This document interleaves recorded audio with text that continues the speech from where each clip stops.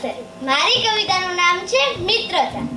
જેને તમે પહેલી વાર મળ્યા અને એ તમારા હૃદયમાં વસી ગયા ને, એક અહેસાસનો ભાવ છે મિત્રતા.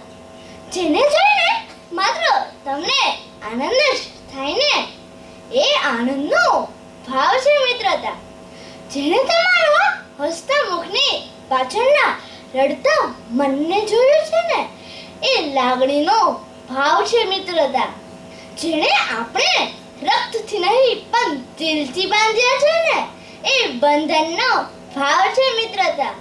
જેને તમને એટલો હક આપ્યો છે કે તેમની સામે તમે હૃદય ખોલીને વાત કરો છો, એ વિશ્વાસનો ભાવ છે મિત્રતા.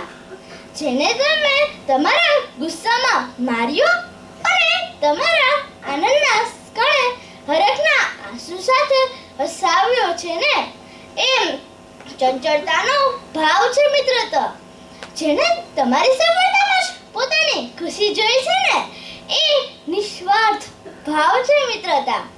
જેણે પોતે પાછળ રહી સદૈવ તમને આગળ વધારવાનું પ્રોત્સાહન આપ્યું છે ને, એ શુભચિંતકનો ભાવ છે મિત્રતા. મિત્ર તો ઘણા છે સંસારમાં, પણ જે મિત્ર તમારું જીવન સાર્થક કરી જાય ને સાહેબ, એ મિત્રતા પર કદી શંકા ન કરતા. આભાર. આભાર આરાધ્યા. ભંડેરી આર્ય.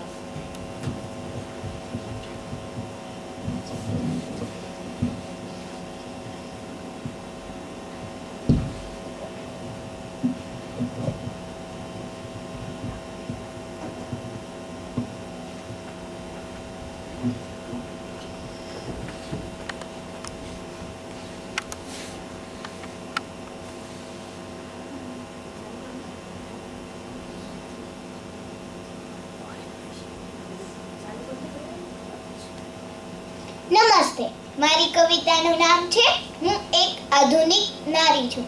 હું એક આધુનિક નારી છું, સૌને સમજનારી છું, સૌની સાથે પ્રેમથી વર્તનારી છું, હક મેળવવા લડનારી છું.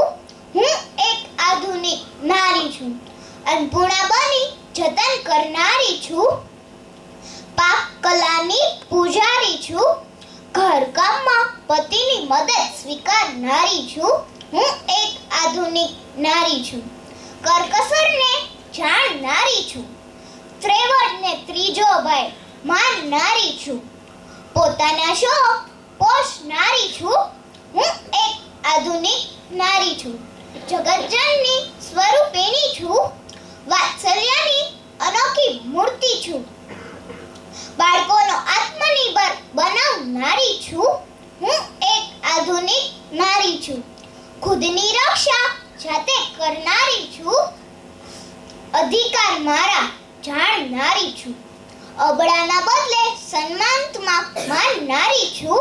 હું એક આધુનિક નારી છું, શિક્ષિકા બની ભવિષ્ય ઘડનારી છું, નર્સ બની સેવા કરનારી છું, કોર્પોરેટ ઓફિસમાં ફરજ બજાવનારી છું, કામ અને ઘરને સમતોલન કરનારી છું, ચાહત બની વાચકોના દિલ જીતનારી છું.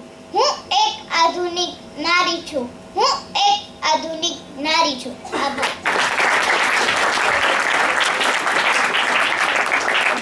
આભાર આર્ય. ધુઈ કોટિયા આયુષ.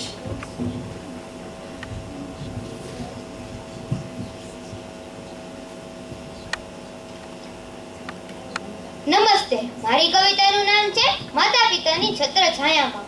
યાત માતા પિતાની છત્ર છાયામાં વહાલપણના બે વેણ બોલીને નિરખી લેજો. હોઠડતા પીડાઈ ગયા પછી ગંગાજળ મૂકીને શું કરશો?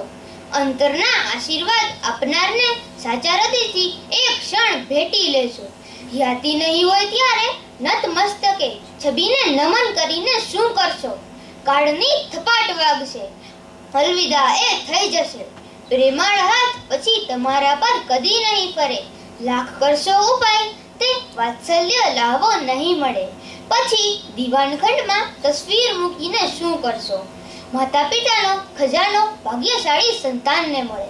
68 તીરથ તેના ચરણોમાં બીજા તીરથ ના પડશો. સ્નેહની ભરતી આવીને ચાલી જશે પલમાં, પછી કિનારે છીપલા વીણીને શું કરશો?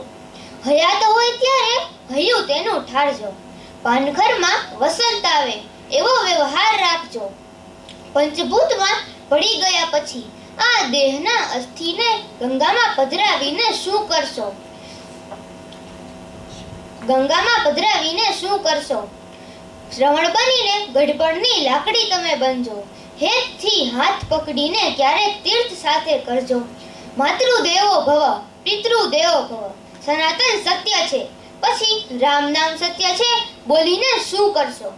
પૈસા ખર્ચતા સઘળું મળશે, મા બાપ નહીં મળે, ગયો સમય પાછો નહીં આવે, લાખો કમાઈને શું કરશો? પ્રેમથી હાથ ફેરવીને બેટા કહેનાર નહીં મળે, પછી ઉછીનો પ્રેમ લઈને આંસુ સારીને શું કરશો? આભાર. આભાર આયુષ. વાઘેલા ઈશાન.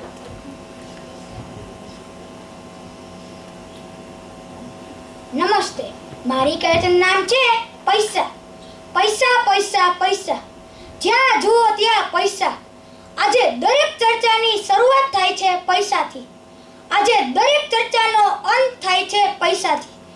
લોકો પૈસા માટે જાત જાતના ધંધા કરે છે, લોકો પૈસા માટે દિમાગનું દહીં કરે છે. લાખોની હોય માસિક આવક તો એ શેર બજારના ચક્કર લગાવે, લીધેલા શેર લાગી જાય તો શેર થઈને ફરતા રહે, લીધેલા શેર ગબડી પડે તો પોતે પણ ગબડતા રહે. વ્યવહારને સરળ કરવા માટે બનાવાયો હતો પૈસો, આજે દરેક વ્યવહારને અઘરા બનાવી રહ્યો છે પૈસો. આ જીવન વ્યવહાર માટે ગૌણ બની ગયો છે પૈસો, સમાજમાં એક સ્ટેટસ સિમ્બોલ બની ગયો છે પૈસો. આજે પૈસો જીવથી પણ વધુ મૂલ્યવાન ગણાય છે, આજે પૈસો શિવથી પણ વધુ પૂજાય છે. આજે ઈશ્વરને સૌ પોતાની ઈચ્છા હોય તો જ પૂજે છે, પણ પૈસાને તો સૌ કોઈ ના છૂટકે પૂજે છે. આમ કોઈને ગુલામ બનાવ્યા નથી ઈશ્વરે, પણ સૌને ગુલામ બનાવી દીધો છે પૈસાએ. પૈસાના સાચા મર્મને સમજજો, પૈસાના દાસ નહીં પણ સ્વામી બનીને જીવજો. આભાર.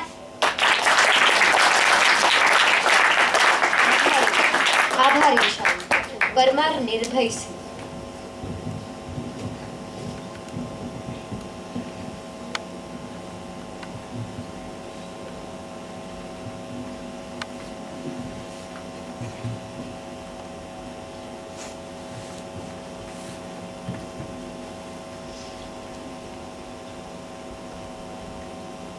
નમસ્તે, મારી કવિતાનું નામ છે ડોક્ટરની પ્રાર્થના. એ મોટી વિટંબણા છે ભગવાન, મારી આજીવિકાનો આધાર લોકોની માંદગી છે, પણ એ મારું સદભાગ્ય પણ છે કે લોકોની પીડા દૂર કરવાની, એમની સેવા દ્વારા મારા સ્વાર્થને ક્ષીણ કરવાની એક ઉત્તમ તક તે મને આપી છે.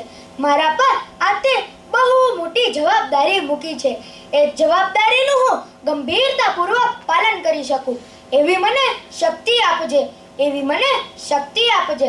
દર્દીને હું મારી આવડતની કસોટીનું સાધન ન ગણું, રોગ સંશોધન કે પ્રયોગ માટેનું પ્રાણી ન ગણું, કેવળ પૈસા કમાવા માટેનું માધ્યમ ન ગણું, તેને સાજો કરવા સિવાય બીજો કોઈ ઉદ્દેશ ન રાખું. તેના ઉપચાર કરતા તે શ્રીમંત છે કે ગરીબ એ લક્ષમાં ન લઉં, એવી મને સદબુદ્ધિ આપજે, એવી મને સદબુદ્ધિ આપજે. તેની બધી જ ફરિયાદો હું ચિત્ત દઈને સાંભળું, તેની સાથે તેના મનની તકલીફો પણ ધ્યાનમાં લઉં, નિદાન અને દવા ઉપરાંત આશા અને આશ્વાસનના બે સ્નેહળ શબ્દોની પણ તેને ખૂબ જરૂર હોય છે, એ ભૂલી ન જાઉં. તેની સાથે સંકળાયેલા સ્વજનોની સ્વાભાવિક ચિંતા અને તેની સાથે આર્થિક સ્થિતિનો પણ ખ્યાલ રાખું, એવી મને અનુકંપા, ધીરજ, ઉદારતા મને આપજે. આ વ્યવસાય પુણ્યનો છે, આ વ્યવસાય પુણ્યનો છે, પણ તેમાં લપસવાનું પણ ઘણું છે. તેમાં હું મારી જાતને જાળવી રાખું, ગંભીર નિર્ણય લેવાની કપરી ક્ષણ આવે ત્યારે વ્યવસાયિક જવાબદારી, મનુષ્ય તરીકેની નિષ્ઠા અને દર્દીના કુટુંબના વિશ્વાસુ મિત્ર તરીકેની ભૂમિકા વચ્ચે સમતોલ જાળવી રાખું, એવા મને વિવેક અને સ્થિરતા આપજે. અને આ બધાએ વખત સૌથી મહાન ઉપચારક તો તું જ છે. સ્વસ્થતાનો સ્તોત્ર તારામાંથી જ વહી આવે છે. હું તો માત્ર નિમિત્ત છું એ હંમેશા યાદ રાખી શકું એવી મને શ્રદ્ધા આપજે. એવી મને શ્રદ્ધા આપજે. આભાર. આભાર નિર્ભયસિંહ. ગોસ્વામી રુદ્રવન.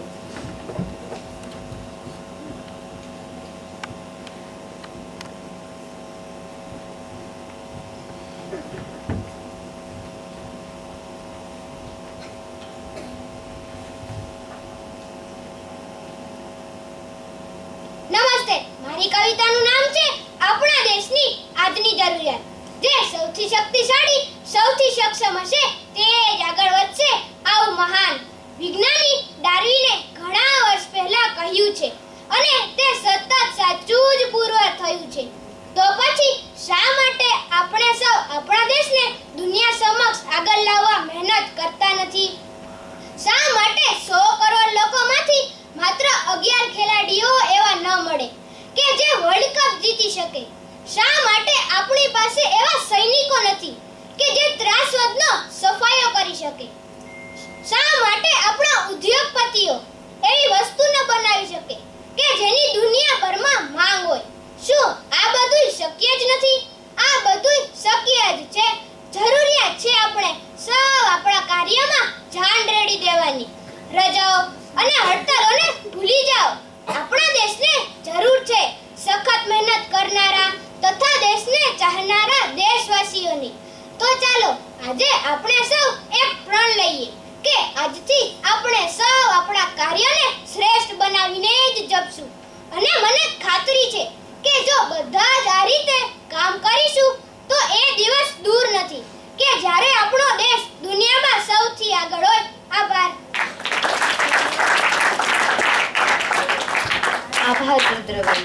કુરેશી સાનિયા.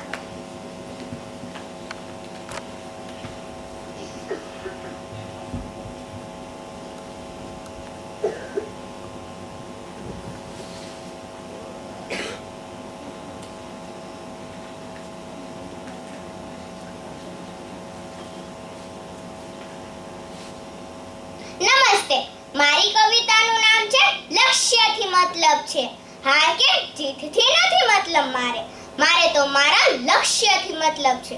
કોણે હરીફાઈ લગાવી છે મારી સાથે ખબર નથી, પરંતુ જ્યારે દોડું છું આગળ પાછળ લોકો આવી જ જાય છે રેસ લગાવવા.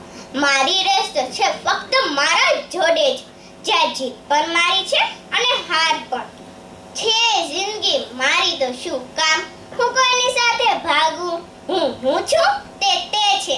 આટલું સમજીને શું કામ આગળ ના ચાલું? હશે મારા સપના અલગ ને હશે તારા સપના પણ અલગ. તો તું તારી રેસ લગાવ, હું મારી રેસ લગાવ. ખોટી ખેંચતાણમાં શું કામ મારા સપના પાડું? જિંદગી માણવા માટે મળી છે તો શું કામ તેને ખોટે રસ્તે વાળું? વાંચ્યો છે મેં પણ થોડોક ઇતિહાસ કે સિકંદર દુનિયા જીતીને પણ રડ્યો છે ને ભગતસિંહ હસતા હસતા દેશ માટે ફાંસીએ ચઢ્યો છે.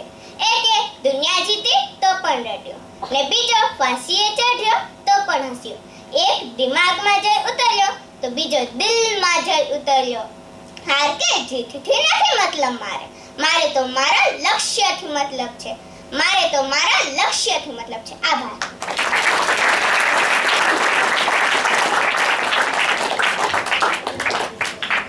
ચોથાણી દ્વિષા.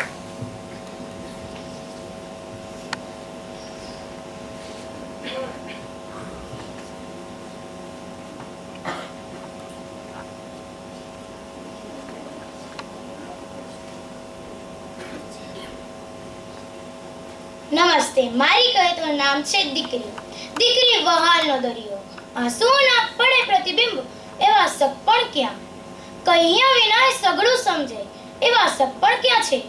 એવા નિસ્વાર્થ સગપણ એટલે જ દીકરી. માએ મમતાની મૂર્તિ છે, પિતા વાત્સલ્યની મૂર્તિ છે, પરંતુ દીકરી એ જ દયાની મૂર્તિ છે. પિતાનો ઢળક પ્રેમ અને માતાની મબલક મમતા ભેગો થઈને આકાશમાં ચડે, એના વાદળ બંધાય અને એકે વાદળ જ્યારે અનરાધાર વરસે એનું નામ દીકરી. કોણ કહે છે દીકરી સાપનો ભારો? દીકરી તો છે તુલસીનો ક્યારો. દીકરી એ પિતાનું સ્વરૂપ છે. જો દીકરો એ પિતાનો હાથ છે તો દીકરી એ પિતાનું હૈયું છે. ભગવદ્ ગીતામાં જેવું મહત્વ ભક્તિ યોગનું છે તેવું જ મહત્વ જીવન ગીતામાં દીકરી યોગનું છે. દીકરી દેવો ભવ. આપણે ગમે તે કહીએ પણ એક વાત સોનાના પથરા પર લખવા જેવી છે કે દીકરી એ ઘરનું અજવાળું છે. દીકરી એ ઘરની ચાંદની છે. દીકરીના હાથમાં સ્પર્શનો જાદુ છે. કાંકરાને સહેજ અદકે કે તરત જ નિર્જીવ કાંકરા પાંચિકા બની જાય છે. કાંકરાને પાંચિકામાં ફેરવવાનો કસબ દીકરીના હાથ સિવાય બીજે ક્યાંય જોવા ન મળે. દીકરી એ ગોળનું ગાડું છે. મનની મીઠાશ છે. એનું રમતિયાળપણું હવાને પણ હરાવે એવું છે. જેને ઘેર દીકરી નથી એને લાગણી ખબર ના પડે. દીકરી ગયા જીવનમાં પુણ્ય કર્યા હોય એને જ આ ભાવમાં મળે. દીકરી હોવાનો આ કેવો અહેસાસ છે. રણના વગડામાં વીરડીનો વાસ છે. ઓ દીકરી તારો નિસ્વાર્થ પ્રેમ લાજવાબ છે. ઓ દીકરી તારો નિસ્વાર્થ પ્રેમ લાજવાબ છે. આભાર.